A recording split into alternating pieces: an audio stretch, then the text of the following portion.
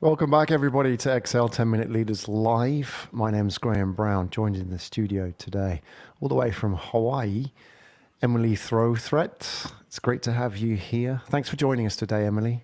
Oh, thank you for the invitation. I'm happy to be here. Okay, so Emily, author Emily, is going to share with us the journey. It's going to be, I guess, quite heartfelt as well. It's not the easiest conversation topic that we're going to talk about next, but an important one. It affects all of us. So, Emily, we've got 10 minutes together. Are you ready? I'm ready. Let's do this then. So, formalities first. What does it say on your business card? Well, it says Emily Thiroux Threatt, grief transformation expert and author of Loving and Living Your Way Through Grief. All right. So, grief transformation. I understand the concept of grief, but grief transformation, help us, for those that don't know, understand what it means. Okay. With grief, lots of people get stuck in their grief. They are sad most of the time and have a hard time moving forward. And what I work with people on is to find ways to be happy and grieve at the same time, because happiness is so important in life. Is grief only for losing a loved one? Can it Oh, no. Grief can be how for, I'm sorry, didn't mean to cut you off. No, please. I deal with grief and loss because grief is one kind of loss, but there are lots of kinds of loss.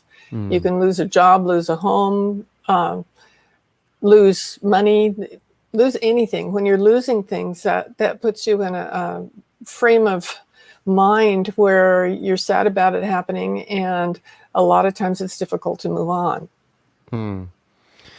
When you talk about grief, what do people tend to misunderstand about it?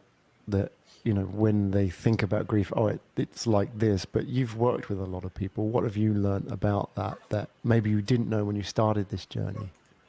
Well, I learned kind of on my own that it was okay to be happy and grieve, because a lot of people just think that they have to be sad. They're afraid that if they're going to somehow miss out on their connection to whatever it was that they were dealing with, the loss, whether it's a loved one or another kind of loss. And they're concerned about leaving something behind or cutting something out of their life if they don't stay sad. And you just don't have to stay sad. Yeah, they feel almost maybe like they are doing a disservice to the person that they've lost, for example, by moving on. Yes. That in some way, that is not what they would have wanted for them. Right? No, that's what I encourage them to think about is, in my case, two husbands died, and I know that they wouldn't want me to sit and be sad. After my dad died, my mom was sad and didn't really smile for the rest of her life. And I knew that's not what I wanted for me. And I like to help other people get to the point where they can really appreciate the time that they spent with their loved ones and focus on the good parts instead of focusing on what's sad because they're not here physically with you now.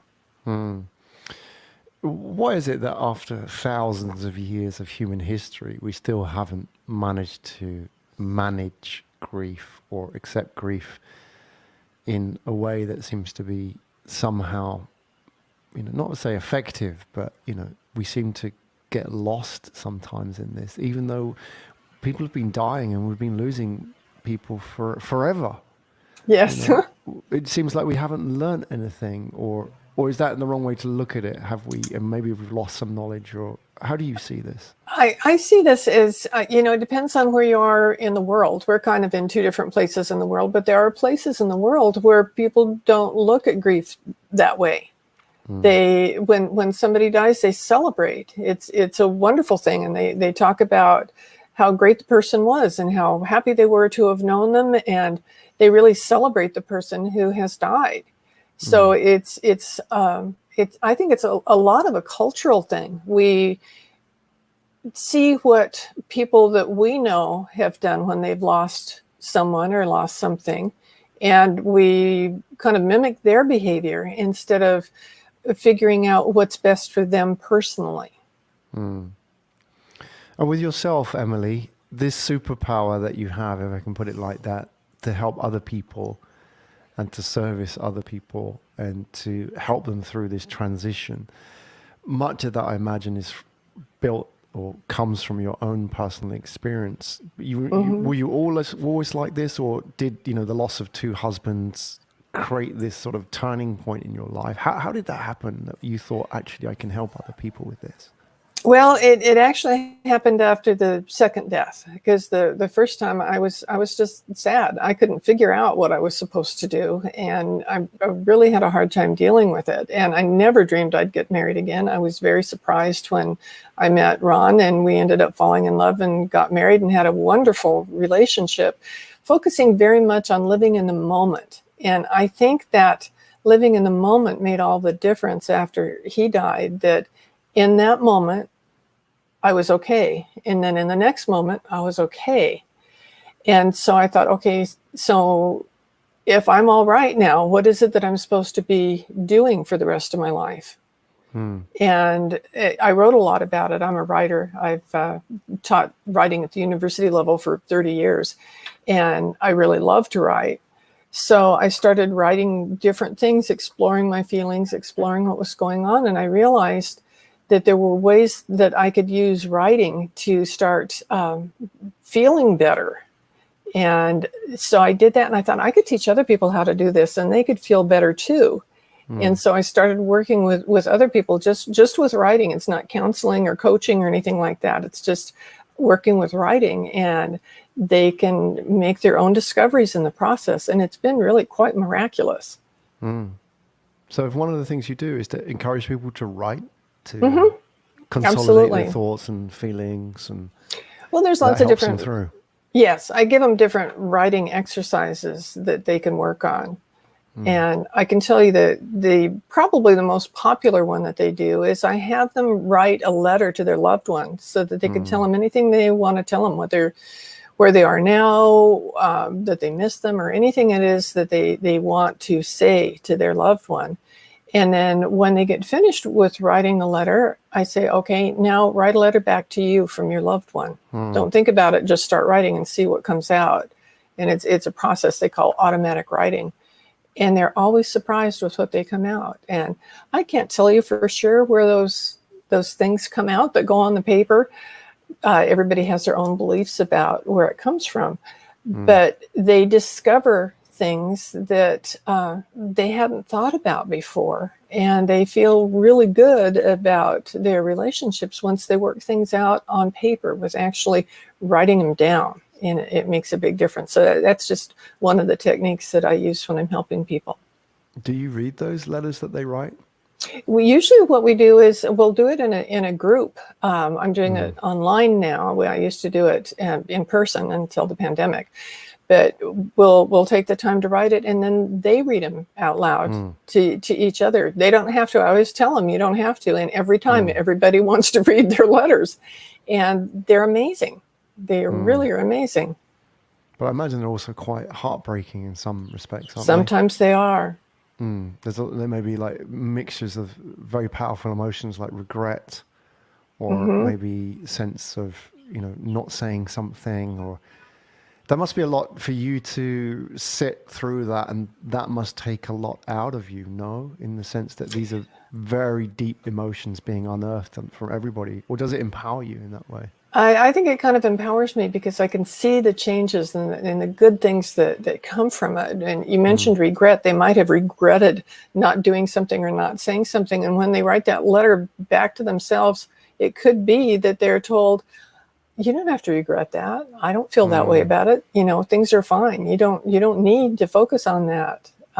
Release that and go on with what you're experiencing. And it's a real sense of relief for them when this happens. Yeah. And it's almost stepping outside of themselves, isn't it? By writing it. That's process, right. You're able to step back from these feelings you're locked in, maybe many layers as well of very because if you don't write them down, they just kind of bounce around in your head, and they kind of stay there, and they keep coming back in different forms and can get stronger and can make it hard to get other things accomplished. But when the process of writing them helps you just kind of deal with it. And it really works. Yeah. But what about for those people that say, I'm not a very good writer? Doesn't I'm not matter. Stephen King. It doesn't matter, because you're writing something personal. You write like you talk to him. Like if I was writing a letter to one of my husbands, I would say, my dearest darling Ron, I miss you so much. And you just like you're talking to them in person. And anybody can talk to somebody that they love. And that's what they do on paper when they write these letters. So they don't have to worry about whether they're good or not. And as I said, I always tell them they don't have to share it with anybody else. They just end up wanting to. Absolutely. Wow. Emily, thank you so much for sharing very candidly a very difficult subject as well, but in a very positive way. Where do we find out more about you? Well, my book is Loving and Living Your Way Through Grief. It can be ordered any place that books are sold, like Amazon. And my website is also lovingandlivingyourwaythroughgrief.com. And there's lots more information there about different ways you can contact me and things that you can learn from me. Fantastic. I'm sure people will. Emily, thank you for joining us on the show today. Thank you very much. I really enjoyed talking.